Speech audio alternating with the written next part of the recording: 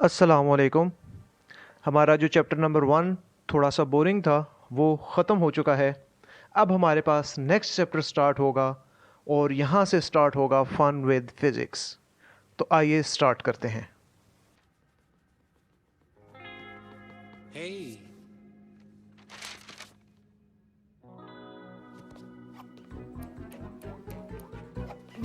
I'm applying for a new villain loan. Go by the name of Vector.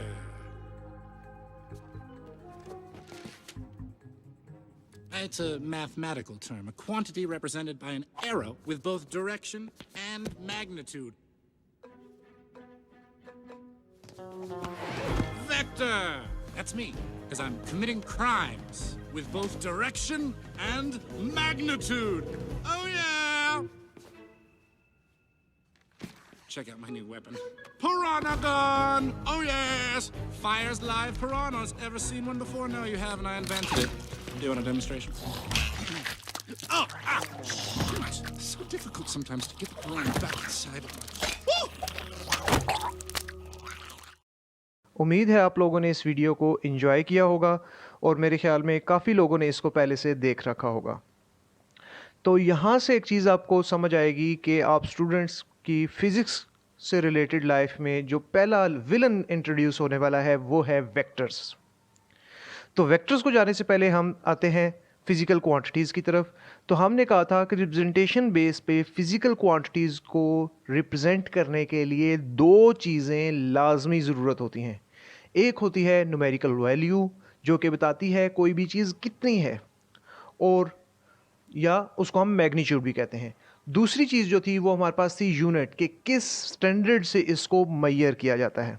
अगर तो कोई physical quantity इससे complete describe हो जाए तो वो हमारे पास क्या कहलाएगी? स्केलर। और अगर कोई चीज़ इस तरह कंप्लीटली डिस्क्राइब ना हो सके तो वो बन जाएगी villain. V for villain, V for vector, यानी वो क्वांटिटी कहलाएगी वेक्टर क्वांटिटी। अब वेक्टर क्वांटिटी को डिफाइन करना चाहें तो कैसे करेंगे? वेक्टर क्वांटिटी एक ऐसी फिजिकल क्वांटिटी है जिसको डिस्क्राइब करने के लिए मैग्नीट्यूड और यूनिट के साथ साथ हमें डायरेक्शन भी लाजमी ज़रूरत होगी। मिसाल के तौर पे आपने कहा कि एक 5 किलो ऑब्जेक्ट है, 5 केजी शुगर या 5 लीटर जो है वो क्लोथ ले लें, तो ये कंप्लीटली डिस्क्राइब हो गया। लेकिन अगर आपने किसी चीज़ को धक्का दिया, किसी चीज़ के ऊपर फोर्स लगाई, तो उसकी कोई ना कोई पर्टिकुलर डायरेक्शन होगी। तो उसमें ये जो हमारे पास धक्का होगा या जो फोर्स होगी ये हमारे पास कहलाएगी वेक्टर क्वांटिटी। तो इसका मतलब हुआ कि वेक्टर में हमारे पास तीन चीज़ें होंगी। सबसे पहली न्यूमेरिकल वैल्यू कॉल्ड मैग्नीट्यूड, दूसरी हमारे पास जिससे वो फिजिकल क्वांटिटी मैयर की जाएगी यानी यूनिट, और थर्ड चीज़ हमारे पास होगी फोर्स। और जो स्केलर क्वांटिटीज़ की अगर एग्जांपल डिस्कस की जाए तो आपके पास जो मैस है, आपके पास जो वॉल्यूम है, ये चीज़ें आपके पास स्केलर क्वांटिटी हैं। और वेक्टर क्वांटिटी कौन सी हैं? फोर्स, रोटेशन यानी टॉर्क, और इसी तरह डिस्प्लेसमेंट या ऐसी काफ़ी चीज़ें हैं जो कि आपके पास कहलाएंगी वेक्टर क्वांटिटीज़। अब हमारे पास आ जाता है कि वेक्टर को मैथमेटिकली लिखना कैसे है। तो वेक्टर को मैथमेटिकली लिखने के लिए हमारे पास दो तीन तरीके यूज़ किए जाते हैं, जिसमें से सबसे पहला ये है कि अगर आपने किसी चीज़ को स्केलर रिप्रेजेंट करना है अपनी नोटेशन में तो आप उसको सिंपल लिख लें।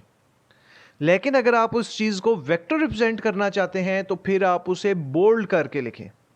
मिसाल के तौर पर अगर आप बॉल पेन यूज़ कर रहे हैं, बॉल पेन यूज़ करते हुए अगर आप जैसे राइटिंग लिख रहे हैं उसी राइटिंग में अगर एम लिख देते हैं तो वो आपके पास हो जाएगा मैस। लेकिन आप मार्कर से डब्ल्यू लिख देते हैं तो बाकी राइटिंग में मार्कर का लिखा हुआ बोल्ड होगा। इसका मतलब है कि ये एक वेक्टर क्वांटिटी है।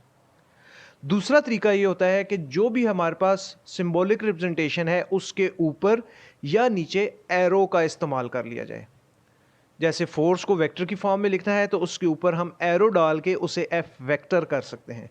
और अगर हम सिर्फ इसके न्यूमेरिकल वैल्यू की बात करना चाह रहे हैं तो फिर हम इसके ऊपर वेक्टर नहीं डालेंगे बल्कि सिंपल आम राइटिंग में एफ लिख देंगे तो वो हमारे पास फोर्स के मैग्नीट्यूड हो जाएगा, यानी वो स्केलर क्वांटिटी को डिस्कस किया जा रहा है। तो उसके बाद हमारे पास आता है कि इसको अगर हमने पिक्टोरियल वे में रिप्रेजेंट करना है तो फिर कैसे करेंगे। तो पिक्टोरियल रिप्रेजेंटेशन के लिए सिंपली हम एक एरो लगा देते हैं। जैसे एरो तीर होता है, तो आपने देखा होगा कि तीर का जो फ्रंट एंड होता है वो शार्प्ड होता है या नोकीला होता है, उसको हम कहते हैं हेड। और दूसरी साइड जो हमारी तरफ होती है उसको हम कहते हैं टेल। तो हमारे पास जो इस एरो की लंबाई होगी या टेल होगी, ये रिप्रेजेंट करेगी मैग्नीट्यूड को। और फ्रंट पे जो आपके पास नोकीला सा पोर्शन होगा जिसको हम एरो हेड कहते हैं, वो आपके पास रिप्रेजेंट करेगा डायरेक्शन को। तो इसमें और जो यूनिट है वो हम साथ लिख देंगे कि ये इतने यूनिट वेक्टर है। नेक्स्ट हमारे पास ये है कि अगर आपने इसको पेज पे ड्रा करना है या इनको डिस्कस करना है तो फिर कैसे करेंगे, उसको स्टडी करने के लिए हमारे पास पहले इसको ड्रा करने के लिए हमें एक प्लेन चाहिए। और वो प्लेन जो है वो हमारे पास सिस्टम कहलाता है, कोऑर्डिनेट सिस्टम कहलाता है। कोऑर्डिनेट सिस्टम हमारे पास दो होते हैं, 2 डायमेंशनल भी होता है और 3 डायमेंशनल भी होता है। तो हम आ जाते हैं कार्टेशियन कोऑर्डिनेट यानी कार्तीसी मस्तवी सिस्टम की तरफ। तो उसमें हमारे पास सबसे पहले कार्टेशियन कोऑर्डिनेट सिस्टम क्या है। कार्टेशियन कोऑर्डिनेट सिस्टम दो परपेंडिकुलर लाइंस पर मुश्तमिल है। एक हॉरिजॉन्टल लाइन होगी, एक वर्टिकल लाइन होगी, और ये दोनों एक दूसरे के ऊपर म्यूचुअली परपेंडिकुलर होंगे। इनका जो पॉइंट ऑफ इंटरसेक्शन होगा वो हमारे पास कहलाएगा ओरिजिन। हॉरिजॉन्टल लाइन को हम कहेंगे एक्स एक्सिस, वर्टिकल लाइन को हम कहेंगे एक्स एक्सिस, और इस तरह हमारे पास 4 खाने बनेंगे। जो हमारे पास 4 खाने हैं उसमें हमारे पास एक टॉप राइट पे है, दूसरा टॉप लेफ्ट पे है, तीसरा जो है वो बॉटम लेफ्ट पे है, चौथा जो है वो हमारे पास बॉटम राइट पे है। तो इनको हम कहते हैं first, second, third and fourth quadrant. अब हमारे पास क्या है कि अगर हमने एक वेक्टर को रिप्रेजेंट करना है तो सबसे पहले हमारे पास एक रेफरेंस पॉइंट होगा जो कि हमारे पास होगा ओरिजिन। अब लेट्स सपोज कि हमने इस ओरिजिन के रिस्पेक्ट से किसी भी पॉइंट की पोजीशन लोकेट करनी है, तो उसको दो लेंथ्स की फॉर्म में, एक एक्स एक्सिस के लॉन्ग कितना चलने से वो उस तक पहुंचेंगे और दूसरा वाई एक्सिस के लॉन्ग चलने से कितना चलने से उस तक पहुंचेंगे। तो इस वजह से उस पॉइंट P की लोकेशन को डिस्क्राइब करने के लिए हम P के साथ आगे ब्रैकेट में A इंटू बी लिख लेते हैं। अब जो फर्स्ट होगा ये हमारे पास यानी A यूनिट्स यानी A मीटर्स हमने चलना है अलोंग एक्स एक्सिस, और जब हम पहुंचेंगे एंड पे तो उसके बाद हमने वहां से टर्न ले लेना है वाई एक्सिस की तरफ और B यूनिट्स वाई एक्सिस की तरफ चलना है, तो हम पॉइंट P तक पहुंच जाएंगे। अब ये जो आपके पास हुआ, अगर हम ओरिजिन से एक सीधा तीर P तक ड्रॉ कर दें तो ये हमारे पास बन जाएगा एक वेक्टर A। अब इसमें जो अलोंग एक्स एक्सिस हमारे पास लेंथ है, ये हमारे पास यानी एक्स एक्सिस के अलोंग जितना हम चले हैं इसको हम कहते हैं एब्सीसा, और अलोंग वाई एक्सिस जितना हम चले हैं इसको हम कहते हैं ऑर्डिनेट। और ये जो पूरा हमने लिखा P ब्रैकेट में A इंटू बी, ये हमारे पास कहलाता है ऑर्डर पेयर, या हमारे पास का रेफरेंस कोई भी पॉइंट को रिप्रेजेंट करने का मेथड है। तो ये हमारे पास है 2 डायमेंशनल। इसी तरह अब ये जो वेक्टर A बना, ये दो एंगल बना रहा है, एक एक्स एक्सिस के साथ एक वाई एक्सिस के साथ। तो अगर हम एक्स एक्सिस से चलें और वेक्टर तक जाएं तो हमारे पास जो एंगल कवर होगा उसको हम कहेंगे अल्फा या थीटा से रिप्रेजेंट कर सकते हैं। और अगर हम वाई एक्सिस से चल के इसी वेक्टर तक आए तो हमारे पास जो एंगल बनेगा उसे हम बीटा कह सकते हैं। इसी तरह हमारे पास अगर कोई चीज़ प्लेन में नहीं बल्कि स्पेस में एग्जिस्ट कर रही है तो फिर हमें 3 बेसिक लेंथ्स चाहिए होंगी। ये चीज़ हम ऑलरेडी पिछले चैप्टर में डिस्कस कर भी चुके हैं। तो उसमें पॉइंट को लोकेट करने के लिए हमें ये देखना पड़ेगा कि हम एक्स एक्सिस के अक्रॉस कितना चलें, वाई एक्सिस के अक्रॉस कितना चले और फिर जेड एक्सिस के अक्रॉस कितना चले, तो हम इस पॉइंट पे पहुंच सकते हैं। ऐसी सिचुएशन में हमारे पास इस पॉइंट के 3 बेसिक कंपोनेंट्स हो जाएंगे जो कि हमारे पास कहलाएगा एक्स वाई जेड या ए बी और सी। तो अब यहां पे हमारे पास ये जो वेक्टर बनेगा इसका एक्स एक्सिस के साथ भी कोई एंगल बनेगा, इसका वाई एक्सिस के साथ भी एंगल बनेगा और इसका जेड एक्सिस के साथ भी कोई ना कोई एंगल बनेगा। अब हमारे पास जो एक्स एक्सिस के साथ एंगल है वो हमारे पास कहलाएगा अल्फा, वाई एक्सिस के साथ एंगल जो होगा वो कहलाएगा बीटा और जेड एक्सिस जो एंगल कहलाएगा वो कहलाएगा गैमा। जनरली हमारे पास टू डायमेंशनल सिस्टम यूज़ होगा, और टू डायमेंशनल सिस्टम में जब हम एंगल कंसिडर करेंगे तो हम मोस्टली कंसिडर करेंगे एंगल एक्स एक्सिस के साथ, और एंगल की जो डायरेक्शन मेजरमेंट की होगी वो हमारे पास होगी काउंटर क्लॉकवाइज, यानी हम x axis positive x axis से चलेंगे और वेक्टर तक देखेंगे कि कितना एंगल बन रहा है। तो हमारे पास जनरल जो मेथड होगा एंगल का वो मेजरमेंट का होगा एंटी क्लॉकवाइज मेजरमेंट। अब हम आ जाते हैं वेक्टर से रिलेटेड कुछ ऑपरेशंस की तरफ। थोड़ा हो गया है, थोड़ा सा बाकी है। ओ लड़कियों, मिस्टर विक्टर के महल में तुम्हारा स्वागत है।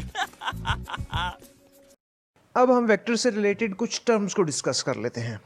तो सबसे पहली जो टर्म है वो हमारे पास है नेगेटिव वेक्टर।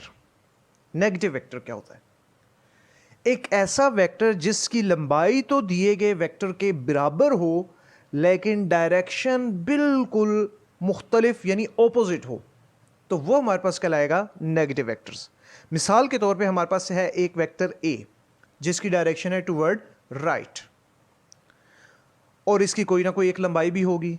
अब हमारे पास अगर एक और वेक्टर हो जिसकी लंबाई एग्जैक्टली इतनी ही है लेकिन उसकी डायरेक्शन है टुवर्ड लेफ्ट, तो अब इस सिचुएशन में हमारे पास जो एक वेक्टर है, सेकंड वेक्टर जो हमने ड्रॉ किया है, ये हम कह सकते हैं माइनस ए।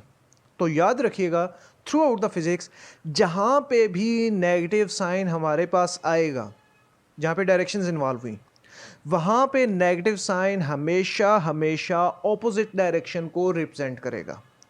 तो एक चीज़ याद रखिएगा कि फिजिक्स में मैक्सिमम जगहों पे हमारे पास नेगेटिव साइन का मतलब ये होगा कि यहाँ पे डायरेक्शन दी गई चीज़ के बिल्कुल ऑपोजिट है। सेकंड चीज़ जो है वो हमारे पास है यूनिट वेक्टर। यूनिट वेक्टर हमारे पास क्या होता है? यूनिट वेक्टर एक ऐसा वेक्टर है जो कि मैग्नीट्यूड में 1 यूनिट है और इसकी डायरेक्शन दिए गए वेक्टर की डायरेक्शन में है। यानी सिंपली अगर देखें तो हमारे पास वेक्टर दो चीज़ों पे जो ग्राफिकल है वो दो चीज़ों पे मुश्तमिल है। एक लाइन लंबी सी, और दूसरा उसके सिरे पे एक एरो हेड। तो अगर हम एरो हेड को हटा दें तो सिर्फ लाइन रह जाएगी और उसकी एक लंबाई हो जाएगी, यानी ये हो गया मैग्नीट्यूड। और वो जो एरो हेड है वो सिर्फ और सिर्फ इसके साथ जब अटैच कर रहे हैं तो ये वेक्टर बन रहा है। तो हम बिल्कुल आसान अल्फाज में कहें तो हम कह सकते हैं कि यूनिट वेक्टर जो है वो वेक्टर की डायरेक्शन होता है।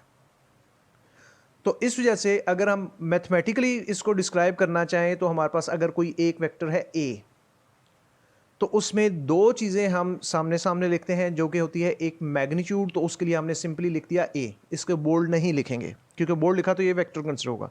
हमने एक मैग्नीट्यूड लिख दिया कि इसमें एक लाइन होगी लंबी सी, उस लाइन की लंबाई कितनी है? ए यूनिट्स है, और इसकी डायरेक्शन भी कोई होगी और उसके लिए हम लिख देंगे ए और उसके ऊपर हम एक हेड डाल देंगे। तो हमारे पास बन गया A vector is equal to A magnitude into A unit vector. यानी जो ए वेक्टर है वो दो चीज़ों के मिलने से बन रहा है। एक है एक यूनिट या लंबाई और दूसरा है हमारे पास एक डायरेक्शन। तो अगर इसमें से सिर्फ डायरेक्शन हम एक साइड पे रहने दें, मैग्नीट्यूड को डिवाइड कर लेते हैं, तो हमारे पास ए यूनिट वेक्टर बन जाएगा A vector divided by A magnitude. इससे हमें पता लगा कि यूनिट वेक्टर अगर किसी वेक्टर के यानी किसी वेक्टर की सिर्फ डायरेक्शन कैलकुलेट करनी है तो हम उस वेक्टर को उस वेक्टर के मैग्नीट्यूड से डिवाइड कर दें। तो unit vector is a vector having the magnitude of 1 unit in the direction of a given vector. और उसके बाद हमारे पास नेक्स्ट चीज है null vector. What is null vector? Null vector एक ऐसा वेक्टर है जिसका मैग्नीट्यूड 0 है। अब सवाल ये पैदा होता है कि अगर एक वेक्टर का मैग्नीट्यूड 0 है तो हम इसको एक चीज़ है ही 0, तो हम उसको डिस्कस ही क्यों करें? तो एक चीज़ याद रखिएगा कि जब एक नंबर में हम एक नंबर ऐड करेंगे तो हमारे पास आंसर एक नंबर आएगा।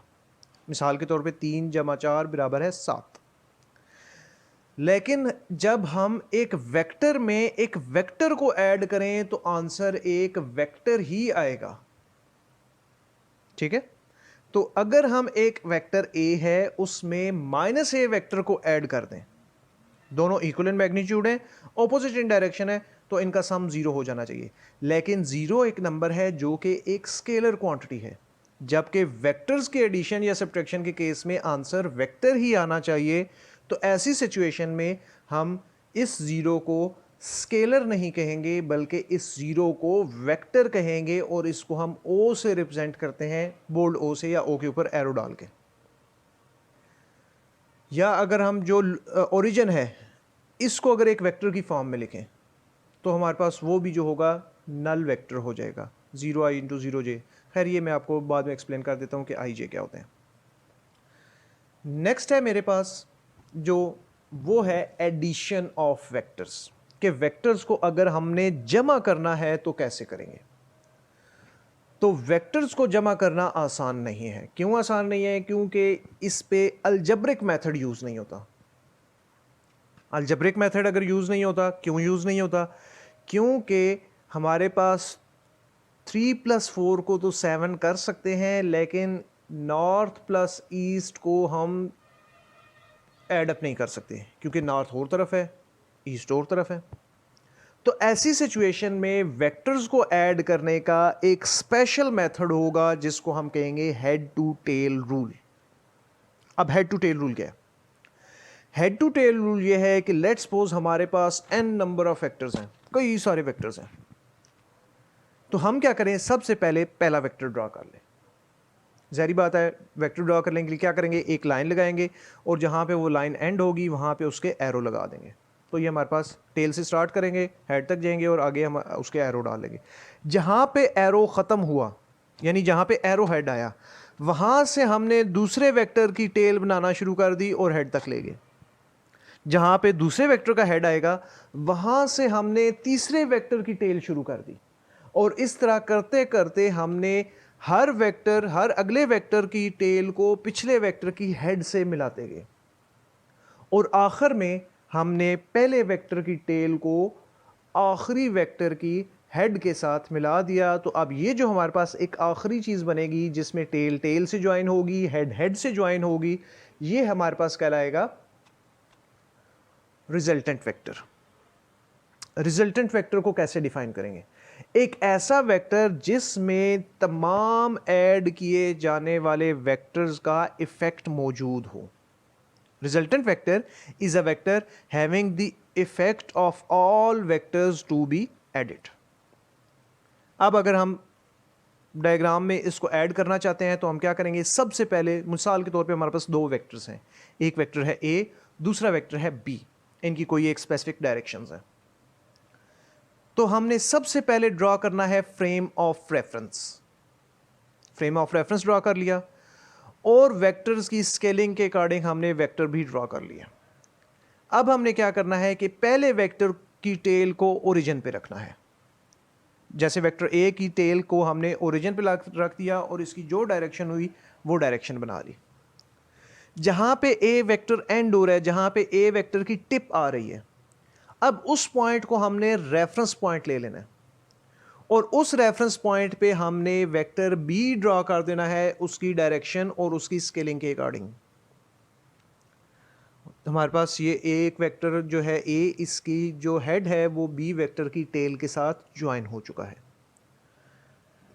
अब हम रिजल्टेंट वेक्टर ड्रॉ करना चाहते हैं, तो उसके लिए हम ए वेक्टर की टेल को बी वेक्टर के हेड के साथ मिला देते हैं। तो आप देखें ए का जो हेड है वो बी की टेल के साथ ज्वाइन है, तो इसका मतलब है ए और B head to tail rule के अकॉर्डिंग ऐड हो रहे हैं। रिजल्टेंट हमारे पास ग्रीन सा जो ड्रॉ हुआ है, इसमें जो रिजल्टेंट की टेल है वो ए की टेल के साथ और जो रिजल्टेंट की हेड है वो बी के हेड के साथ ज्वाइंट है। यानी अगर हमारे पास एक डायग्राम ड्रॉ हुई है तो हमें कैसे पता लगेगा कि कौन से वेक्टर्स ऐड हो रहे हैं, कौन सा वेक्टर जो है वो रिजल्टेंट है। तो जिन वेक्टर्स के हेड और टेल ज्वाइन है वो वेक्टर्स ऐड हो रहे हैं, और जिस वेक्टर की टेल टेल के साथ और हेड हेड के साथ ज्वाइन है वो जो वेक्टर होगा वो हमारे पास रिजल्टेंट वेक्टर होगा, जिसको हम आर से रिप्रेजेंट करेंगे। तो इस तरह हमने वेक्टर्स को ड्रॉ कर लिया। ये आपके पास कुछ बेसिक सा था, ये आप कर लें। इसके बाद इंशाल्लाह नेक्स्ट लेक्चर में हम स्टडी करेंगे हमारा जो नेक्स्ट टॉपिक होगा वेक्टर के आगे कंपोनेंट्स और उन चीज़ों को। तो उम्मीद है इस लेक्चर में आप बोर नहीं होंगे, ये लेक्चर आपके लिए काफ़ी इंटरटेनिंग रहा होगा। तो इंशाल्लाह मिलते हैं नेक्स्ट लेक्चर के साथ।